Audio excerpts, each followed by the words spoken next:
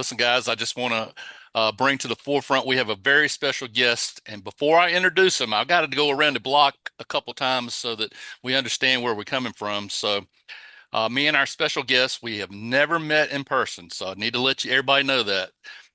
We have a mutual friend in common, Doug Morgan. And let me tell you how this all comes down where we get our special guest involved in our podcast tonight, the District 2 Sports Podcast, that is. So, I want you to know what I hear. We're in Galax playing golf at the end of August. I'm on the back deck of his house, and I hear a phone call between he and another gentleman. And this is what I hear. Oh, Derek, how's things going? Oh, Derek, hey, good job. Derek, you want to play golf next week? Derek. And I'm hearing Derek, Derek, Derek over and over and over. So I'm like, okay. So he gets off the phone. I said, okay. So, he says, oh, that was my friend over at Oak Hill. He's a coach over there. And I'm going, okay. He don't know me. So I go back to the Oak Hill archives and I'm looking. I'm like, who can Derek be? Who is Derek? I can't find Derek anywhere in the Oak Hill archives. So a week or so ago, we're in Phoenix on the way back from on the way to the airport. And I did a little homework. So just want you to know there's a phone call between Doug and this gentleman.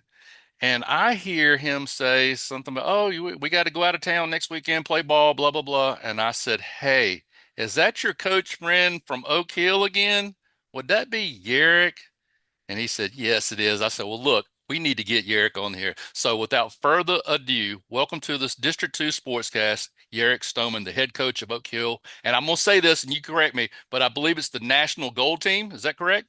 That's correct. Yes. So welcome. Uh, We can't thank you enough, Coach Stoneman.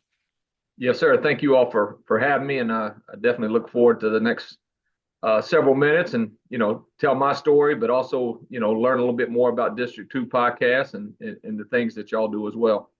And listen, I'm gonna steal the light and before we get into the nuts and bolts of basketball and stuff like that, just a little bit of a serious note on my behalf because I know what the military means to you and your background and stuff like that. So it's late and belated, but happy Veterans Day, and I can't thank you enough for your service. Well, thank you all. I appreciate it, and it's just an honor to be able to serve a country like that we have, and I enjoy every part and every aspect of being in the Army Reserves and being able to be deployed and and what the country means to me. It just makes what I do even better. Do the I guess does the government, I guess is that I guess the best way to say it, do they allow you to follow your career as a head coach in the time of need, or is that something that you have to work out? It's definitely something that my chain of command and myself we do a great job of working out. I project our schedule a year out in advance, and I could able to communicate that when we were having our uh, drills or BAs. Like this weekend, we got a 4-day battle assembly, but I'll be missing it because we have 3 games this week. So I'll just have to make that up. But then again, I've got a lot of time in the summer that I can put in towards my unit and the Army to make up for that. So, I Coach, oh, go ahead. No, what I was going to say was last night I had to do some additional research. I mean, we don't have enough time in the day. I mean, literally, we could all get coffee right here and get us a pillow and sit here and talk the rest of the evening. And that's how much information that I even see on you. But I know there's more. But anyway, I sit here last night, and for some reason, GG Jackson pops up on my computer, and I go, no way. you know, So. Gregory said, beware of the UNC question. So you know where this is going. But anyway, I had no clue that that was a part of your regime at that time. And, we'll talk more about Gigi, but going down to South Carolina and winning four, state championships in 6 years, that's unbelievable. correct. Yeah, Unbelievable. definitely fortunate to have good enough players to be able to do that. There's a lot of talent in South Carolina, and a lot of coaches that can really coach. And that's sometimes as assistant coach when I was with Oak Hill, we travel around different states, and you could tell which state really had good coaches and which, not so much. And then when I was down in South Carolina for those 6 years, there was a really several coaches that are high caliber coaches. They might not have the players, but the X and O's is amazing. And you have to scheme on every aspect, the offensively and defensively. But I was fortunate enough to have unbelievable players and create a culture there and a familyhood, a brotherhood. As I know y'all North Carolina guys, but it's like a brotherhood. And Gigi was came to me. He came to one of the workouts. One of my assistants was working him out as an eighth grader. He was 6'6", eighth grader, goggles on a Sunday.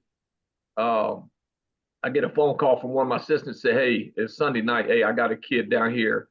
You need to come meet. Both his mom and dad here, sisters here. You need to come meet." And so I get my shoes on and get some decent looking clothes, comb my hair, and I lived about 10 minutes from the gym, and went in and watched him work out and basically talked to his dad a little bit. They were looking to transfer, or like at in South Carolina as a freshman, you pretty much have open enrollment if you live in that district area.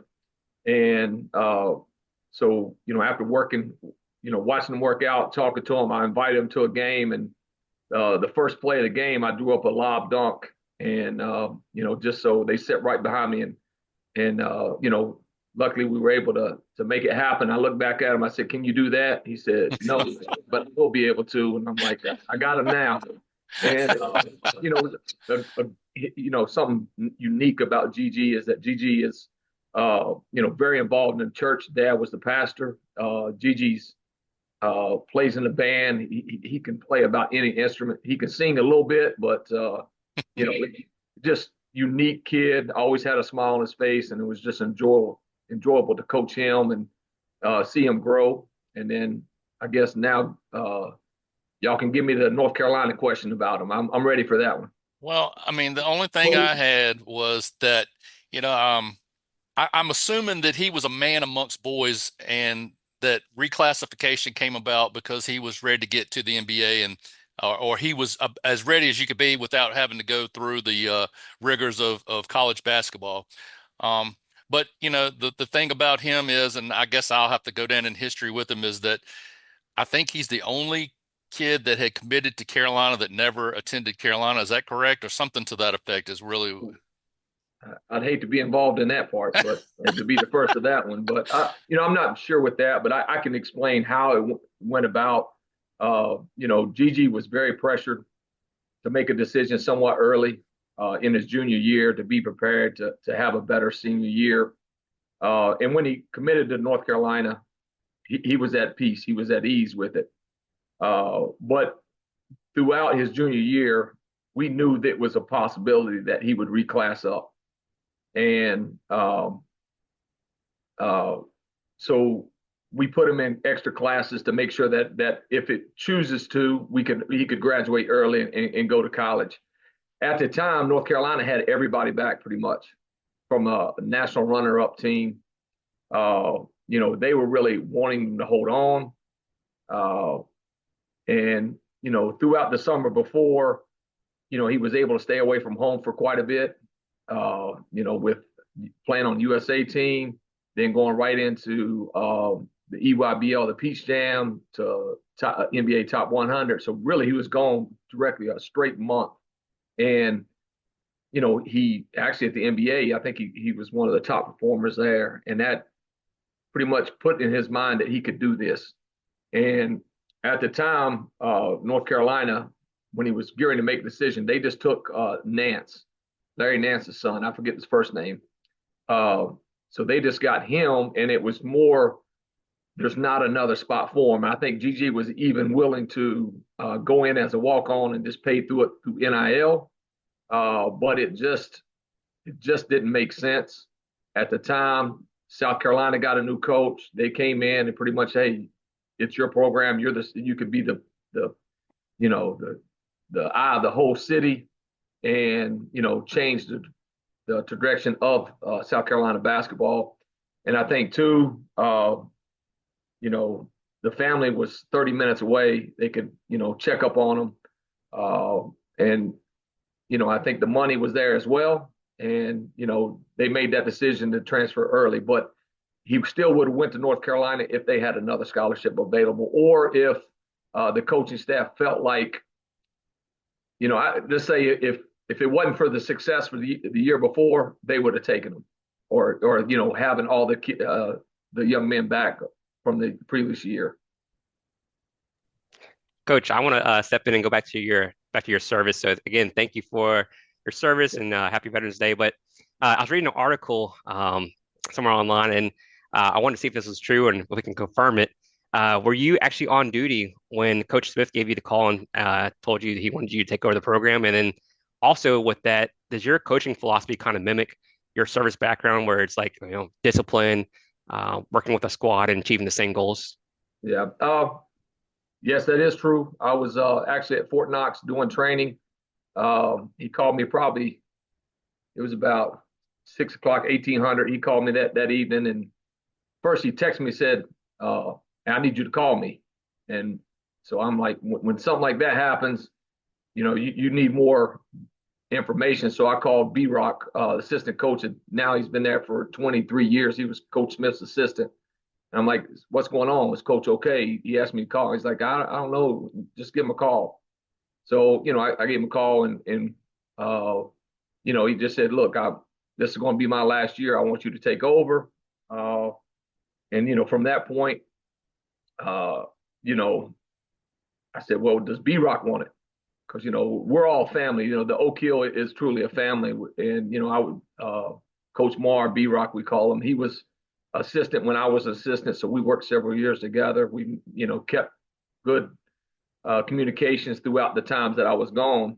And, long story short, he really didn't want the position. So, I just went through and basically had one or two conversations with the president, and then they brought the board up to actually watch one of their practices. So it made it, I guess, kind of easy when you got Gigi there, and he's just a junior, and they're like, hey man, he's gonna come to Oak Hill, and he would have came to Oak Hill if he hadn't went up, but to South Carolina. But my coaching philosophy is I'm sure a lot of my military background, and and I take a little bit from everything from my own high school coaches to the 11 years I spent with Coach Smith to in '95 I was a student assistant with Virginia Tech. Uh, Coach Foster, Bobby Hussey, assistant coach. Like I worked really close under Bobby Hussey and Dean Keener. Uh, that my senior year of college, and learned a lot, and was very fortunate to win the NIT championship with that team in '95. So I take a lot from all of that. But with the military, it's definitely discipline. You got to hold people accountable. Being on time is crucial. Being in the right uniform, the right mindset, all those things that I've learned or experienced through the military does help me to become a better coach. Coach, speaking on that, Coach Smith had a terrific career there at Oak Hill Academy, and they always say, hey, you don't want to be the guy who follows the legend, but you were an assistant there for 11 years under Coach Smith. Did knowing, that experience and knowing how Oak Hill operates and the expectations, did that kind of combat some of the doubts that some coaches would have, kind of following Coach Smith and Well, taking the job? I think with me, Coach Smith asked me to take it, and I have such a respect for him, and he's more like a father figure for me as well. That when he asked me to do it, I have to do it. It's one of those things. So, but there's a reason why he got out at the time he did. The landscape of high school basketball, even college basketball, has changed. High school was just like like you all were saying, we could talk hours and hours, and I can tell you stories and uh, how things are changing, where it's good for parts of the game, terrible for the other parts. But he got in at the right time. He always says he got in at the right time. He got out at the right time. But the expectations that we have at Oak Hill is always going to be the same. If you don't compete for a national championship, it's not a successful season. And that's what we have to continue. We haven't been successful in the last two previous years, but this past weekend we actually played unbelievable. We were not ranked currently right now, but we played the number 7 team in the country, AZ Compass Prep. They have 9 guys that are 4 or 5 stars. Currently, we don't have any, but we ended up winning the game. So, but that expectation of every time you go into a game, you're expected to win, and that's what's always going to carry over and be with Oak Hill. Coach, I've seen, over the last, 3 or 4 years, and we've lost Roy, Williams. We lost Coach K. I know, and don't get me wrong, I know they were towards the twilight of their careers, and yet I still feel that there were other factors that played into their, getting out. And then we just recently lose Tony Bennett to basically the same thing. So my question to you is, and I know, Oak Hill being on a national level, you're having to go out and you're having to recruit. A, how much of your life is spent on the road, and B, how much is NIL playing into your recruiting now? Well, be on the road. After the season, we probably go to all the EYBLs, the 3SSB, the Under Armour circuits. We go to the major circuits to recruit. I mean, a lot of people don't like that word, but I have to be honest, that's what we are. But also our school as a whole, we recruit students as a whole. So that's just part of, as a private school, a boarding school, whether it's an athlete or not, we're recruiting to try to get kids to come to our school. So it'll be like 4 straight weeks in the spring. Then we'll come back and like July, it'll be a couple more, and that's where we go. We don't necessarily do any in-home visits or anything like that. But, for my 3 years, we haven't offered any NIL. And that's maybe partly the reason why we're behind most teams is that one, currently we don't have that resource yet, but is it the right thing? What do our school get out of it? If we win a national championship, but we pay somebody, and I know when I throw this figure out, it's very accurate, $1.5 million to a high school kid.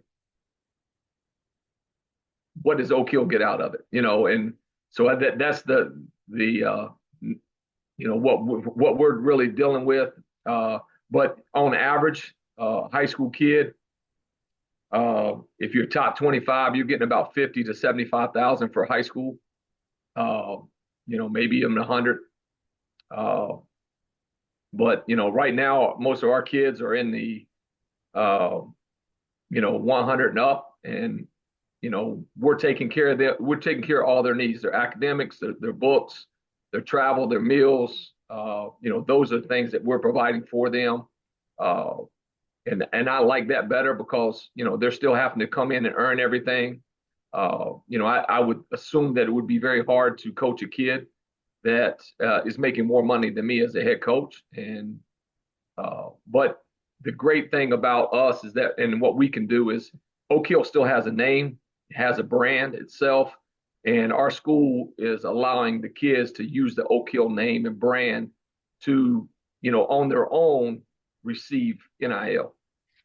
And listen, I don't want to fault anybody for trying to make a dollar. So that's the last thing I want to come across as. But I sit there and I look at. I'll just use the example. AJ DeBonsa, he wants $7.7 million out of BYU or whoever wants him to come to school. And I'm just like, whatever happened to the days? Whereas the school, like you just said a minute ago, the school gives you or offers you this versus you come to them and say, this is what I want from you. And I just think it's gone backwards. It infuriates me sometimes. And I'm sure you see it on a daily basis. Yeah, I think there should be some type of rules or something set aside that, what is it? You set caps or something. This is for the college. High school would probably be hard, but I am all for a kid making money. It's no different than, when I grew up, I'd go to basketball practice. Right after basketball practice, I'd go to the rec center and work at the rec. It's no different than that. I think kids should be paid, but you got to find the worth, and also uh, that our young people have to be educated about the money. Yeah, one of our kids, he was, which he's no longer with us, but he was looking at a school, and they were going to offer this amount of money, and I was like, look what happened at UNLV. It can happen to you if you're not performing, or if they don't want to give you the money. It's month to month, so don't go out and purchase a car, and in a month or so you don't know if you're going to have that money or not. Now it's your credit. I mean, little things like that are how you balance your money, and how you invest it. And one of the things that I tell my guys is defer every payment until you're Right. like 24, because if you're in college, you don't need anything. Nope. You can get to every bar free if you want, if you got a name.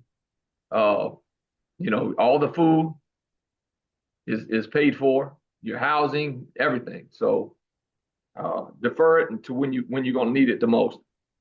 So I'm gonna ask you one more thing about recruiting, and it's just me coming up 81, going over the mountain over to East Tennessee quite a bit. How does Mouth of Wilson sell Oak Hill Academy? I mean, what do kids get there sometimes and just go, "Where am I at?" I mean, does that ever happen? Or, I mean, there's no way you can get in trouble there, right? Uh, but we do have girls on campus, so Okay. sometimes it can. But I think what we sell is, our gym doors are always open. So our kids can always get in the gym. You have that access. You have that access to your coach that can help you get develop better and help develop you. But, I think it was said best with Rod Strickland back in the day. He said the only thing at Oak Hill is backboards and blackboards. So, in today's society, basically, we can silence the outside noise. You come to Oak Hill, you focus on the things that most means most to you is your basketball, your academic, and your religion. So, we're Baptist affiliated, but when they come to church, it's not necessarily, directly Southern Baptist, but, you can still come in and be able to worship how you want to worship. We have Muslims, Christians, you name it. We have all kinds on our team, but I think that's the key, is because the kids can come in and silence the noise and not get distracted, and can focus on the things. And and down the line, when you go to college, you're gonna make real money. In high school, we just call it short money. You got uh, for example, in the NIL transfer portal, you got a kid that was at a high major school that didn't play at all, but he was a senior. Excuse me, he was a center, and he getting $600,000. He's never really played at the school before, but it was a high major, and he transferred to the mid majors, making that. So all the high school money is short money. Come and get better, and so you can make real money. One question I wanted to ask you, and I think I've been living in the prehistoric days, and this is I hate to even admit this out loud, um, but here I have been thinking, because I've seen Oak Hill in action back in the '90s when McGinnis and Stackhouse would come to the Lawrence Joel Coliseum and play, and against some of the other high school teams in the country and stuff. I had and I'm assuming that the Nike EYBL Scholastic is a league of 14 teams. Is that correct? Or am I missing something here? Because I thought y'all were just traveling around the country looking for people to play. So that's probably one of the reasons why Coach Smith got out too, right? It was the NIBC. Nike is became a sponsorship, so it's the EYBL Scholastic. We do have 14 teams. You got a team from Canada, Orangeville Prep. You've got one from San Diego, Veritas. You got two from Arizona. You've got Canyon International and AZ Compass. You got Sunrise from Kansas. You got IMG in Mount Vernon from Florida, Legacy out of South Carolina, us out of Virginia, Brewster out of New Hampshire, Long Island Lutheran, and I might be missing one or two more, but you know, Wasatch out of Utah. So our conference is widespread. Like this weekend, excuse me, we went to Houston and played the first EYBL game against AZ. So usually we'll fly in and typically we'll play two EYBL games that weekend, sometimes three. But that's how we match up. But people can say how tough the SEC football is, but I'd have them look into the EYBL Scholastic and see right now, currently preseason, one of the polls, we had 7 of the top 10 in the country in our conference. So that's that's something to say, and I enjoy competing against it every night in and night out. Our guys enjoy it, and that's another selling point for us to get kids to come to Oak Hill is that every night you're playing, especially conference, you're playing at least a top 25 team. I know Devin loves recruiting, and I'm sure he'll jump on this in just a second. But I noticed, like you just said, I think there's something listed of like 35 plus kids that are in this league that are on the national level or have already committed, I believe, to D1 schools. I'm not sure on the exact number, but I'm sure it's going to increase in next week because the signing period is next week. So some more will commit. But yeah, it's. I mean, just like I said, we played AZ Compass Prep, and they had 9 guys that would be in their class a top 100 kid because most top 100 are 4 stars, so they had 9. So that's just Wow. one school. Well, I'm gonna steal a line from you. I think you were quoted as saying no nights off, but the best league in the country. That's it. I'm gonna use that one as much as I can. Coach, I want to take it back to your time as an assistant there at Oak Hill. I feel like I kind of grew up when high school basketball on TV kind of blew up as a 10, 12-year-old.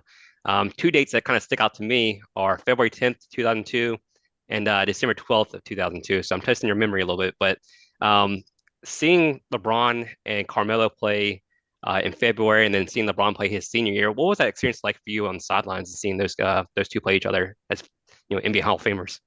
Well, we're going to go the year before that as well. We Mm-hmm. played them up in Columbus, Ohio, and this is when LeBron's team was all sophomores, and we actually won the national championship that year. But I think we were down 8 late in the game, and Billy Edlin, who went to Syracuse, was on that national championship team as a backup point guard. Uh, he ended up scoring like 10 straight buckets for us, and we won late in the game. And LeBron missed a half court jumper uh, to really for them to win the game. So we were able to beat them then. That matchup between him and Melo was just special. The atmosphere. We was in Trenton, New Jersey, and man, it was just electric. I mean, it's probably 7,000 to 8,000 people there. Really, we had a really, really good team. You had Justin Gray, who is now the head coach at Coastal Carolina. He was a point guard. One of our assistants was a backup forward, Deion Dakins, who played at Temple. We had Antoine Robinson, went to Temple. Um, we had 9 guys that went Division 1 off that one team. So we had a really good team, but Melo's just different. He was able to carry us, and them just competing back and forth. It almost feels like when you look back at it that they probably scored more points than what they really did, but it was just one would score next trip down, Melo would score, LeBron would score, Melo would score. So that was neat there. And then LeBron's senior year, we went up. We were ranked number 1 in the country. It was early in the season. We go to Cleveland, played at Cleveland State. We get $25,000 to come play in the event, and and that's paid for all our expenses. So we got bussed up, and man, it was just a great atmosphere. But we didn't play well. We had Marcus Williams, who went to UConn, J.R. Reynolds, who went to UVA,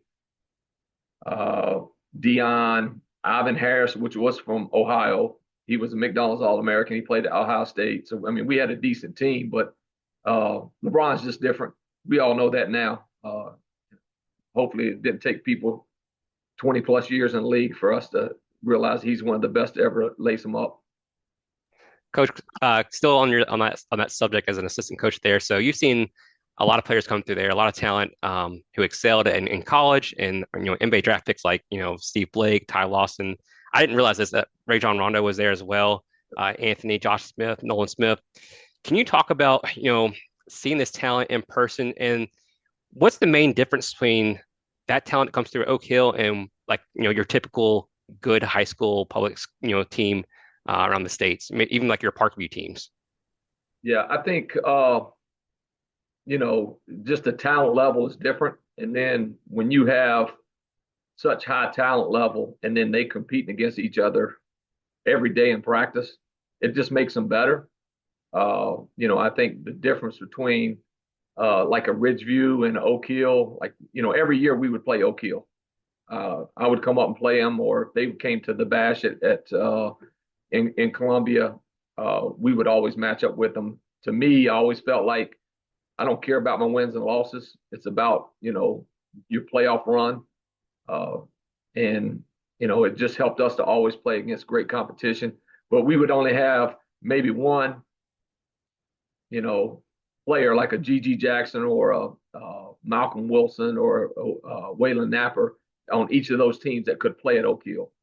And but so it's we were able to compete at Ridgeview and compete with each other to make each other better. But it's just a little different, different little swag that goes into it. When you travel, everybody's Oak Hill, Oak Hill. Back then, and now it's a little different because there's so many schools like us, and the talent pool is thinner at each of the programs. Coach, my bad on the Ridgeview, not Parkview, but I want to Oh, go that's all back to right. you, back to your fourth state championship in 2022. So, and, I was looking at your record there, and I see 2011, and I was like, well, that's not typical of a state champion, so to speak. Usually, but then I get into your schedule, and like you kind of mentioned, you're scheduling the top talent around the country. I mean, you're playing Oak Hill. I think you played at Orlando Christian Prep as well. Um, does your coaching philosophy or your scheduling philosophy, do you encourage challenging your teams? And if so, what do you get out of those losses that you can use for the next game? Yeah, I think especially when I was at Ridgeview, we always wanted to play against the toughest competition, and so very fortunate that our school hosted at the time was called the Bojangles Bash, and we would bring, and this is the first or second week in December, we would always bring in some of the top teams, whether it's Oak Hill or back in the day Huntington Prep to Orangeville Prep out of Canada to Rock Creek out of Maryland. Like we would bring those in, and I would always match up with the three toughest teams there. Uh, so what we would lose, uh, in public schools, you're only, in South Carolina, they call it your district, your region. So you're only judged by your region and your state run. And so, I was very fortunate. I think 6 years, I only lost 5 region games and only lost 2 state playoff games. So I was very fortunate there. But I think a lot of that was because of us always playing our non-conference games, the toughest you could. Like the year that you were talking about, we actually went to Vegas and played in Vegas in a Wow. tournament, the Tarkanian Classic. Like we just fundraised money and got all the guys, went out there and played in that event, which is nationally known. We also in January we went to Sugar Bowl Classic down in New Orleans, so we played the best competition down there from Louisiana to Texas and so such.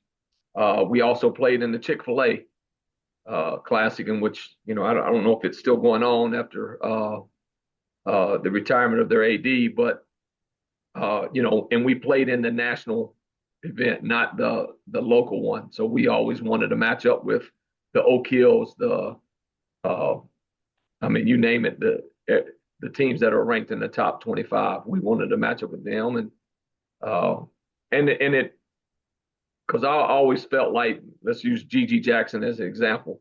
Every year, he came with me as a freshman, sophomore, and junior year.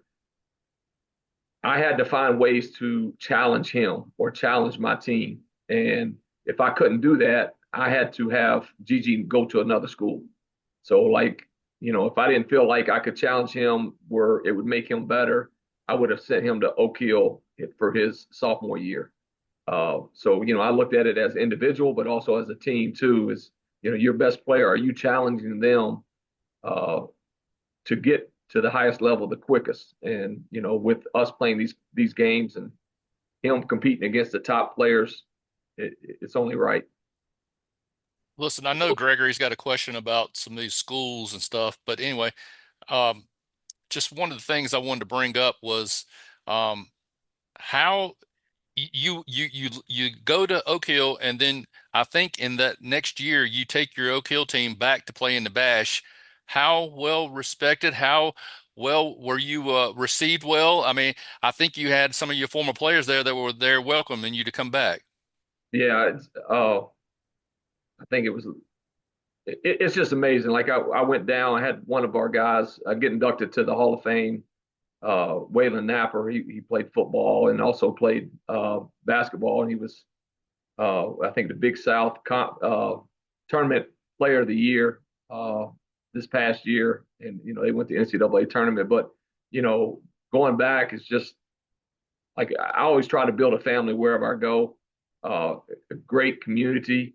I think when you win, it makes things easier. If I was losing, I'm sure they wouldn't appreciate me very much. But when I go in, I like to be personable to everybody. I speak to everybody, and you know, it's like going back home. I don't know if you all have ever left and had to come back home, but it's you know how that feeling that you have, and everybody comes to greet you. I got one of the custodians, and then she became a security guard, Miss Addie. Like it's just, she's from New York, from Brooklyn, and we're 2 miles apart, but we we hang out so much together, and we had a good time. But it's just, I think they still feel like they're part of Oak Hill just as much as I am because of the family that we built there. Former players, we still keep in contact. And I can get off the subject to talk a little bit about sometimes it's not what you know, it's who you know. One of my former players last year, I get a call from Sagana Job, who is um, currently now is the G League head coach at Westchester Knicks. And he asked me, says, "How do you know this Caden Rice?" And I see that you follow him on Instagram. I'm like, well, he's one of my former players who was on the first team. I actually coached his brother for 4 years. Great family, and he's like, tell me more about him. And then he's like, well, we got him coming in and trying out. We got 5 guys coming in for one spot, and not saying that I was the reason, but it sure had to have helped a little bit that a lot of it is Caden and the work that he's put in, but sometimes uh, you know, people trust if they trust you and what you're going to say about somebody, they're more likely to help them. And Caden was on the team, and he actually made the roster again this year. So he was able to fill a dream of somewhat playing in the NBA, even though it's G League, it's still the NBA, and making a living playing basketball. But it's based off of the relationships that you have with other people, and that little connection.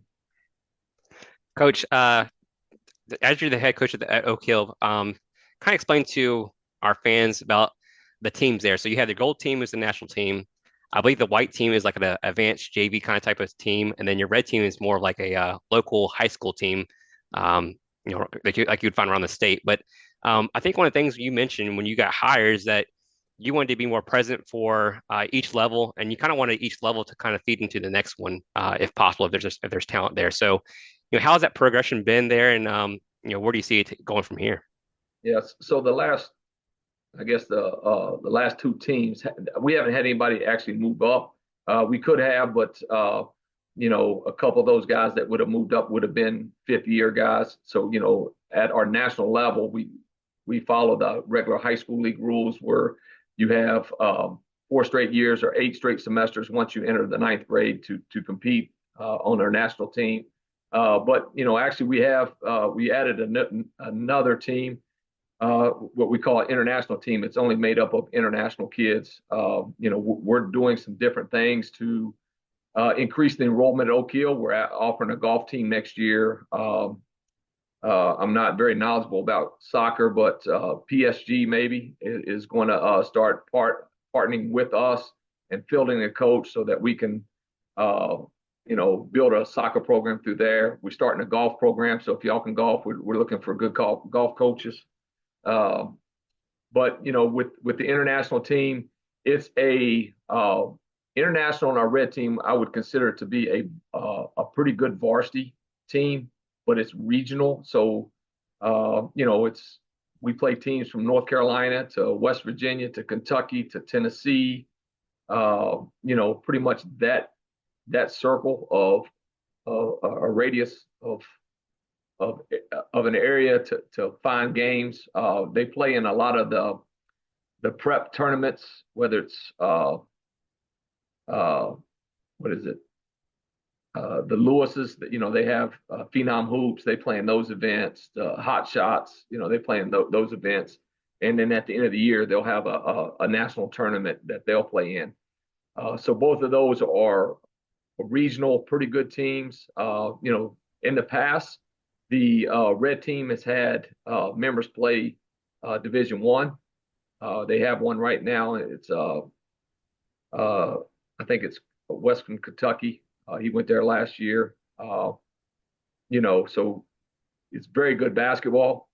And now a white team is more of a lower local varsity team that is getting better, and typically they move up. So white team, if they're usually a younger eighth, ninth, 10th graders, they'll move up and be in the red or the international team. But anytime that there's a high level kid that we feel is best for them to be on our team, our national team, we'll move them up. But we always, when we look at something like that, it's what is best for that individual kid. Coach, I'm the stat nerd, as these two boys already know. I'm always asking questions about stats. So I went back in the past 2 years for your teams and kind of looked at some things and just looked for something that really stood out to me. And one of the things that stood out to me on the positive side, and there was a couple things that stood out to me on maybe a negative side, and you're probably well ahead of it. This is like this part of the session where the guy that's sitting at home selling tobacco products tells a coach who's been coaching for 40 years how to do something, I guess, right? You know how that goes. I take advice from everywhere. It's the only way I can get better. No, the thing that really stood out to me on the positive side was that I was looking at you guys for the last 2 years, 2 seasons. You've been number one in free throw percentage.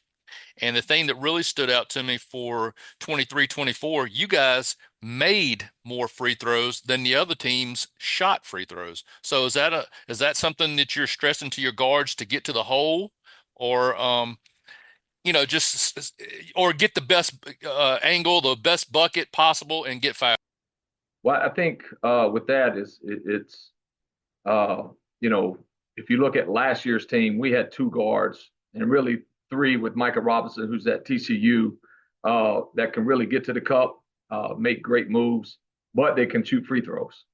I think last year Christian Anderson, which is at Texas Tech, I think he was right at 89%, 90%.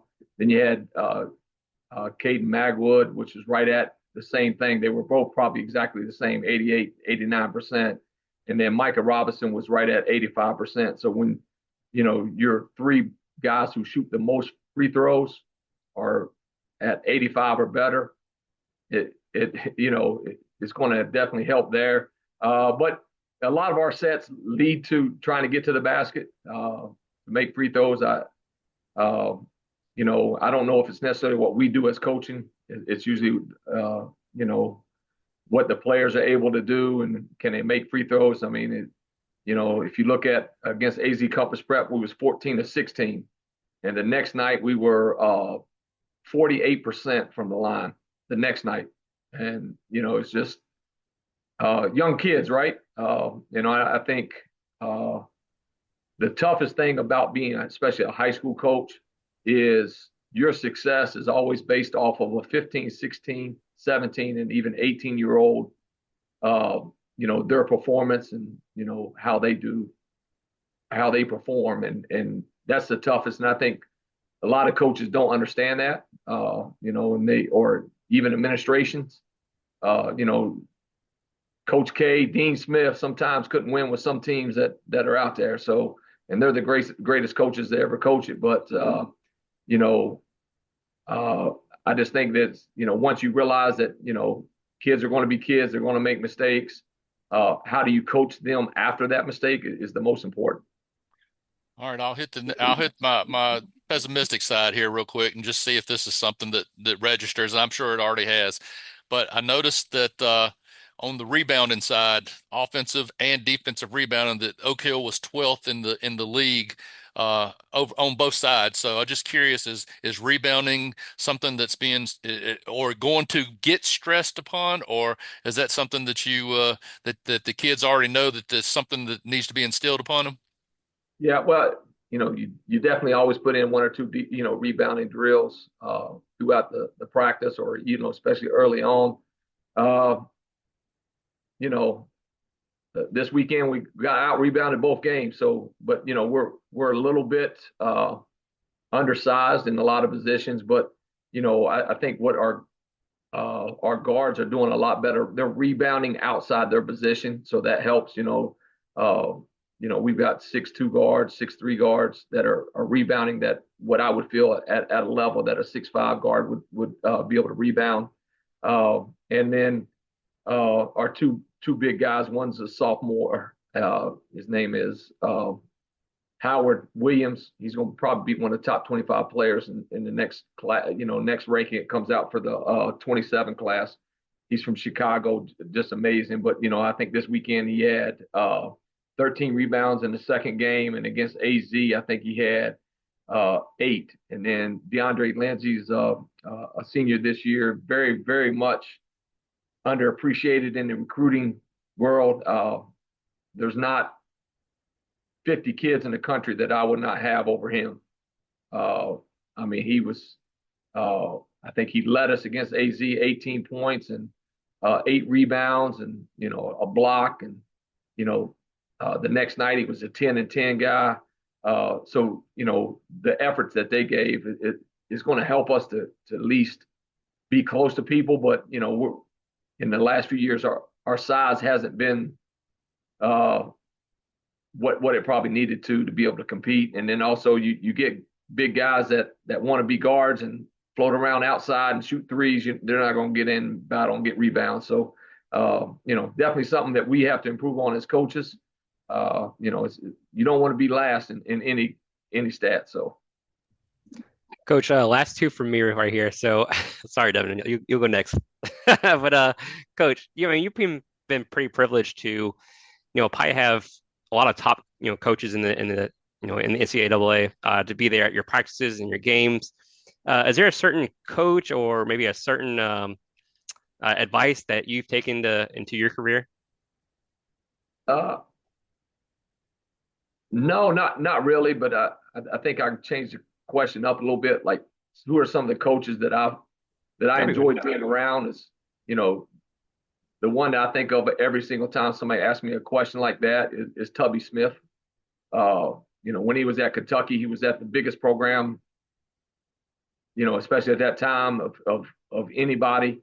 But every time he came in, he was humble. He was, very personable.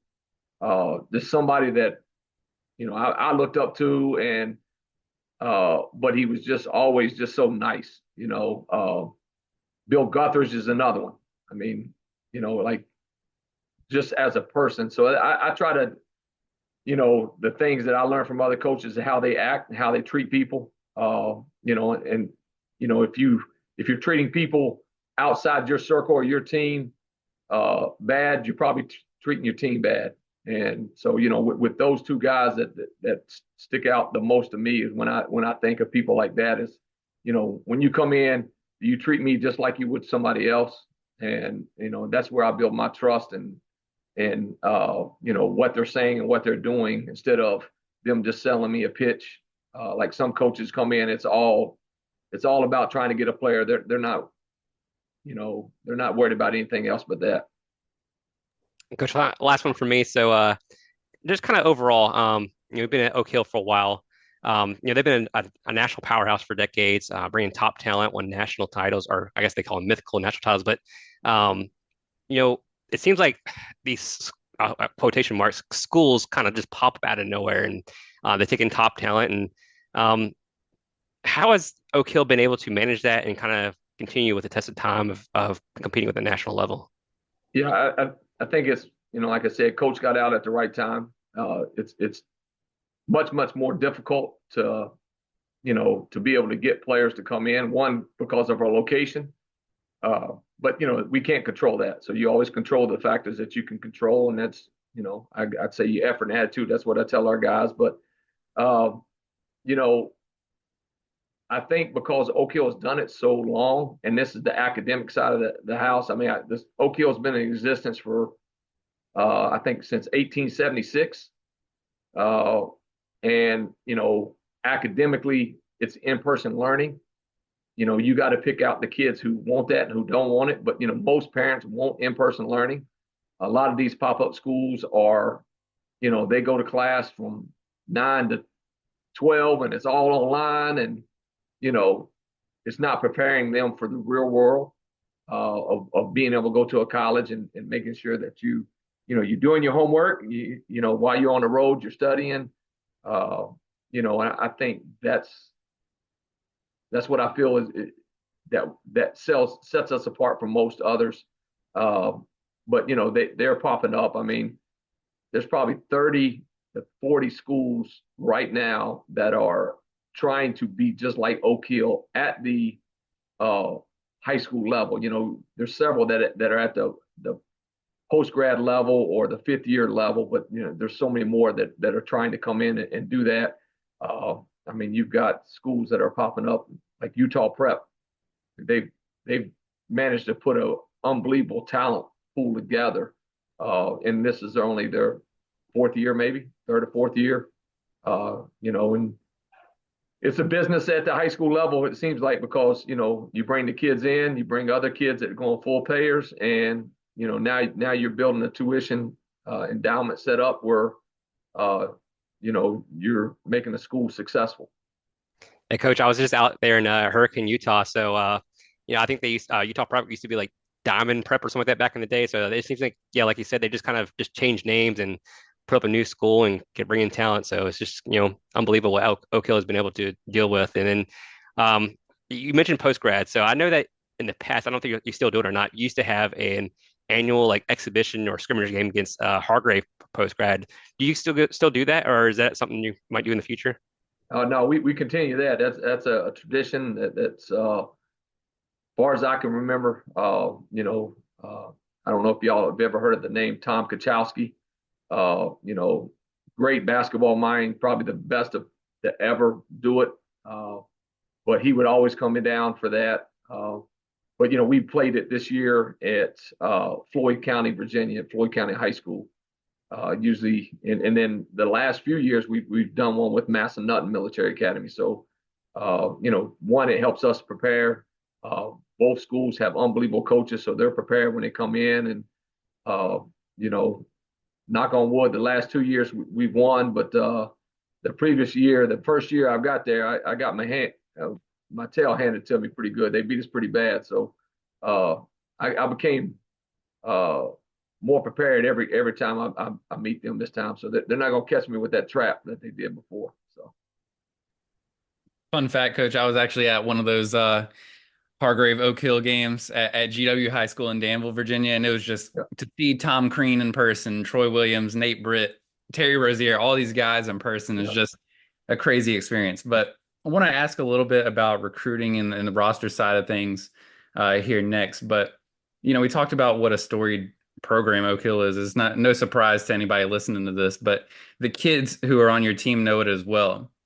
And I just want to ask, how hard is it to juggle, you know, making sure these kids who are coming to play for you, they're getting their shine so that they can move on to the next level, but also putting winning first? Yeah, I think and I think most people will believe this, if college coaches want winners, and if you're winning, they want you as a player. Uh, and you have to sacrifice something when you come to Oak Hill. Some's going to sacrifice, of course, being away from home, being away from your girlfriend. But, you know, when you're playing with, you know, 6, 7, 8 other Division I caliber players, you're not going to be able to take 15, 20 shots a game like you would at your other school. So that's one of the unique things I think Coach Smith, and that hopefully I'm trying to learn from him, is that he was always able to get the guys to buy into the real goal, and everybody else was able to eat. I think uh, it just, and with this team particularly, I think we've done that. You know, uh, I did the stats. I think we didn't play well offensively. We were terrible, but we had 11 assists off of 17 field goals.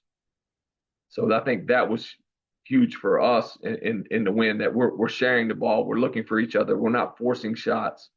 Uh, and with AZ Compass Prep is the same way. I think uh, I didn't do the stats on that one, but I can look in my bag and see what it was. But I think we still had a high level of assists. So you do have to get the guys to buy in, and sometimes it's tough knowing the role where they want to be. After the first 3 games, that's the question that I've had to answer yesterday on 4 different phone calls, and today on 2 different phone calls. So you're answering those questions to the kids who are still trying to figure it out. And, it's just things that we as coaches, we got to deal with, especially if you coach, uh, you know, guys that are probably the best player at their old school. When they come to Oak Hill, there's only going to be one of those who's going to be the best player at the school. So we just all got to figure it out together. And I think what helps us the most is that we live in the dorm together. Our guys live together. They eat together. We second period we have a weightlifting class, so they're working out with each other in our weightlifting class. So those things help speed up that team chemistry, and finding out who's the alpha dog and who's not. Coach, I'm going to ask you a question about the EYBL, and I guess how much of a on a daily basis or a monthly basis or just periodically do you get together with their partners, or do you talk with their partners such as LR, Chipotle, Gatorade, Baller TV, ESPN, Nike? I mean, are they a part of your everyday life? Uh, no, not really. I think like EYBL is ran by Paragon Marketing. So they do all of that. What we're asked to do is, like with Gatorade, Gatorade gave us some stuff. We throw, social media is huge in high school basketball, and Oak Hill has been, far way behind in that aspect. But this year we really stepped up our marketing of just Oak Hill and the brand of Oak Hill itself, basketball wise. So like we put out things and we make sure like Gatorade's on it. When we're on the road, we always try to hit up a Chick-fil-A because our guys, not Chick-fil-A, excuse me, Chipotle, our guys love that stuff, and they don't get it that much at Oak Hill. It's only cafeteria food. So when we get down off the hill, we like to hit up those places. But like this weekend, after our games, as we went to Chipotle, we'll take pictures and put it on social media that we're there. But from a aspect of us having to deal with even Nike itself, probably more so Nike itself, because we are, or Jordan brand, because we are a Jordan brand team, and so we communicate once a week or so with them, but the other ones we do not. The EYBL tournament, I know it's in March. Is that for everyone in the league, and or is there a place that's common to everybody that you guys play at a common arena, or is that the winner gets to take it all? Well, so this is the first year that they're going to do it. In the previous years, at the end of the regular season, it was over with. But then again, I think one of the reasons why they did it is, like last year we lost to Link our next to the last game on a Friday by 2. Therefore, we knew we wouldn't be able to get into the national Chipotle Nationals, and our guys wasn't there and wasn't competing. Same way with the other teams. Once they knew that they weren't going to be in it, it wasn't much need for them to compete. It felt like, and so this is a way around it, and I love it. So what they'll do is take the top 10 teams, I think, and then we'll do a tournament down in uh, Augusta, South Carolina, where they do the Peach Jam at. So it's like a culminating event. Same thing during the summer where they do Peach Jam. Uh, in Augusta, they bring all the teams, and it's a tournament style. This is the same thing, but it's just for our conference. And and if you it might be set up similar to the NCAA tournament. If we win outlooker into the Chipotle Nationals, that if we win it, that we could still get in, that type thing, like an automatic bid, which would be exciting. And just being able to compete for, a trophy or a championship is something that we look forward to even within our conference. And Coach, you talked a little bit earlier about some guys on your team who are making some noise right now, and DeAndre Lindsey, Howard Williams. But you also have guys like Cortland Muldrew, Ethan Mbako. Talk about, what those guys bring to the table, and then, some guys in the future who could step up and rise up in the rankings as well. Yeah, well, Cortland left, so he's no longer with us. But Ethan Mbako had a great weekend this weekend. Especially that first game. I think he had like 17 points, a couple rebounds, 5 assists that the game against AZ. He's going to probably be definitely jump up in the rankings. I was reading some 247 stuff this morning about Ethan, and like I think his rankings are going to jump up more. He's probably like a 116, I think, in some of the rankings. This is his time to shine and be able to, go against players that are ranked higher than him and outperform them.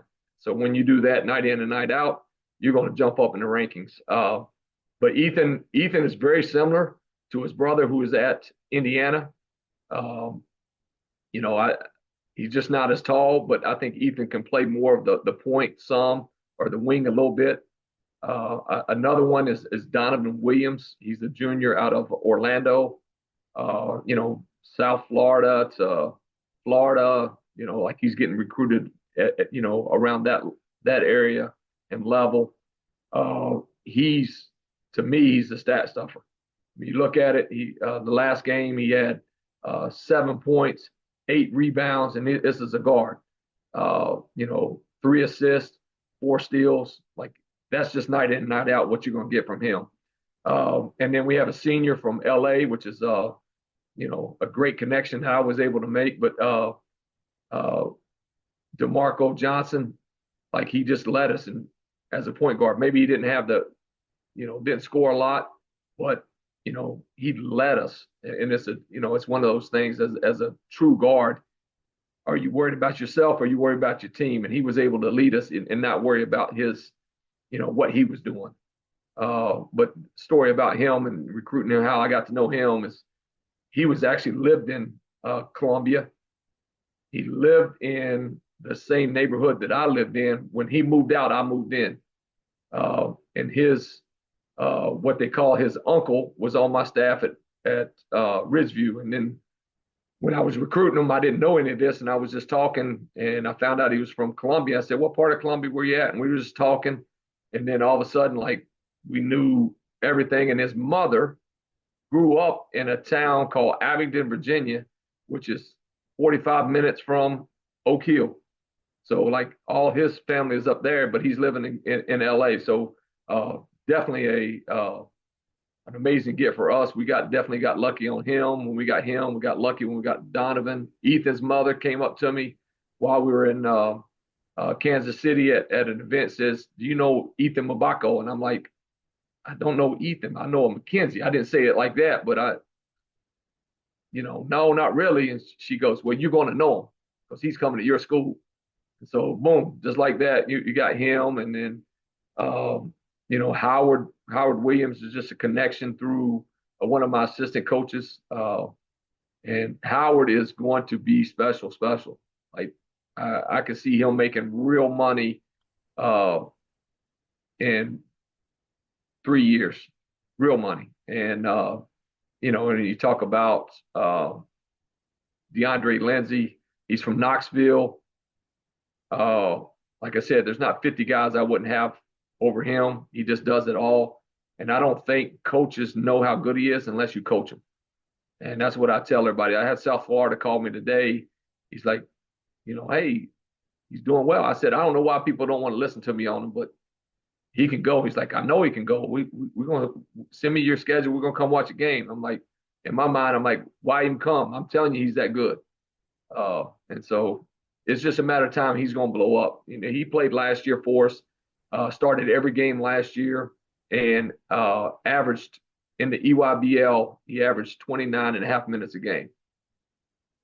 So, Coach, I know we have run you ragged, and we apologize. We thought this would be 20 minutes, and we would let you go. I think we're getting close to an hour and 15 minutes. But listen, we think of you as a prodigy of coaching and a wealth of information. And like I told you to begin with, we could do this all night. And I look forward to getting to Galax soon and actually meeting you in person and coming over. But we've asked a lot of questions about Oak Hill and you.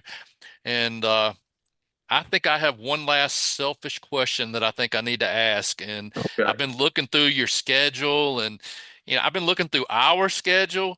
And I guess I was curious, does Oak Hill have a radio announcing team? Because I think we can be ready by February 21st and 22nd for that West Coast trip to Veritas and Wasatch.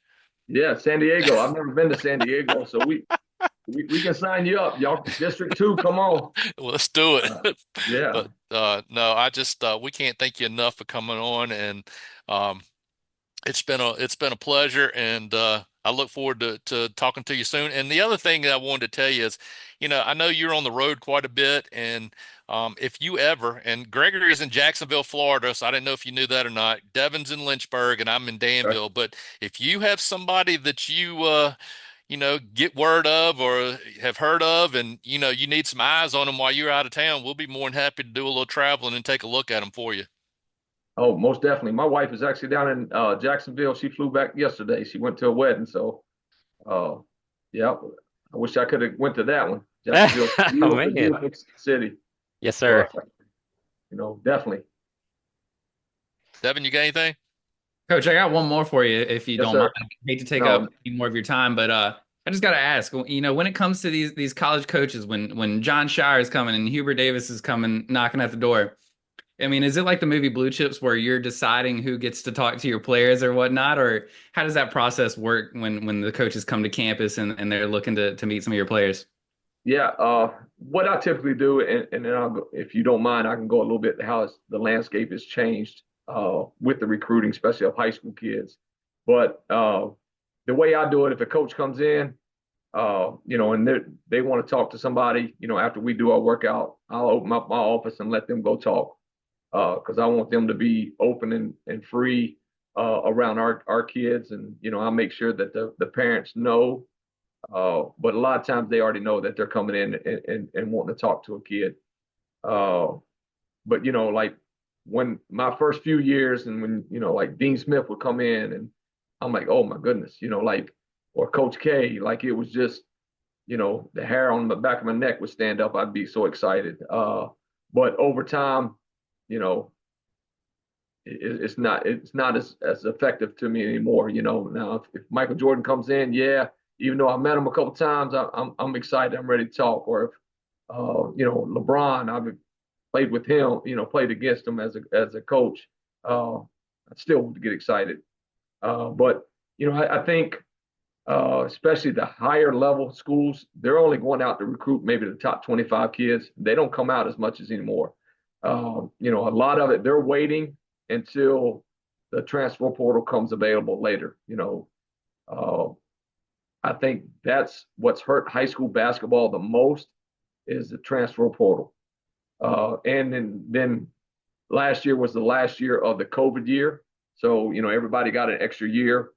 Coaches are not coming out to recruit high school. They're not spending as much money to get to see them unless they're,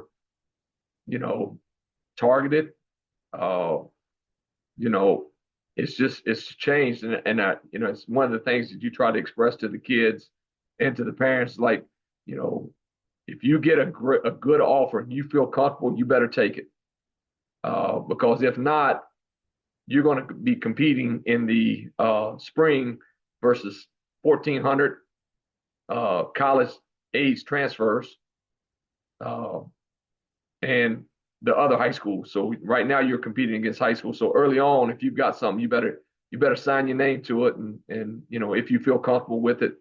It had me nervous last year. We had Jamie Vincent, who committed to Vanderbilt when Coach Stack was released. Mark Byington really didn't feel like Jamie would fit his system, especially early on. So Jamie had to find another school, and I was just worried to death that uh, he wouldn't get anything. And it didn't happen until a week. He was at Texas, and he actually played well the other night, the minutes that he got. But a week before summer school started, that he was able to go to Texas. And so it pushed it out to mid-June. And then very similar situation with Christian Anderson Jr., who's at Texas Tech.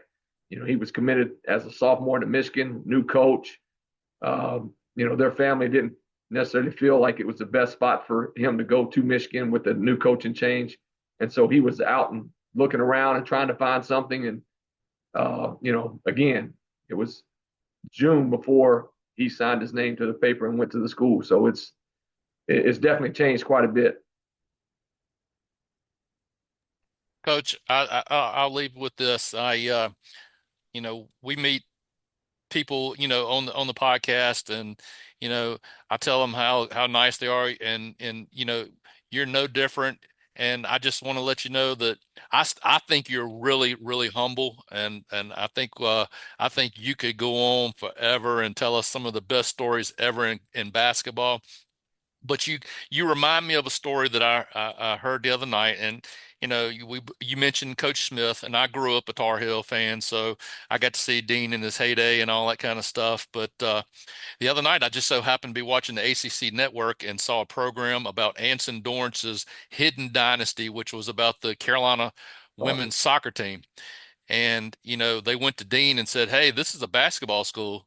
And Dean said this. He said, "No, this is a women's college soccer school. We're just trying to catch up." So I just thought that was really humble of him, of, recognizing the 21 or 22 national championships that Anson has won over there. So Yeah. I put you in similar company as being really humble about that, and the humility. It's just awesome. So I can't thank you enough for tonight. Yes, sir. Well, we look forward to getting you back to Galax, and we'll get on the course with Dougie. Absolutely. Absolutely. Thanks, Coach. We appreciate it. Yes, sir. Thank y'all. Y'all Good have a luck, good evening. Coach. All right. Bye-bye.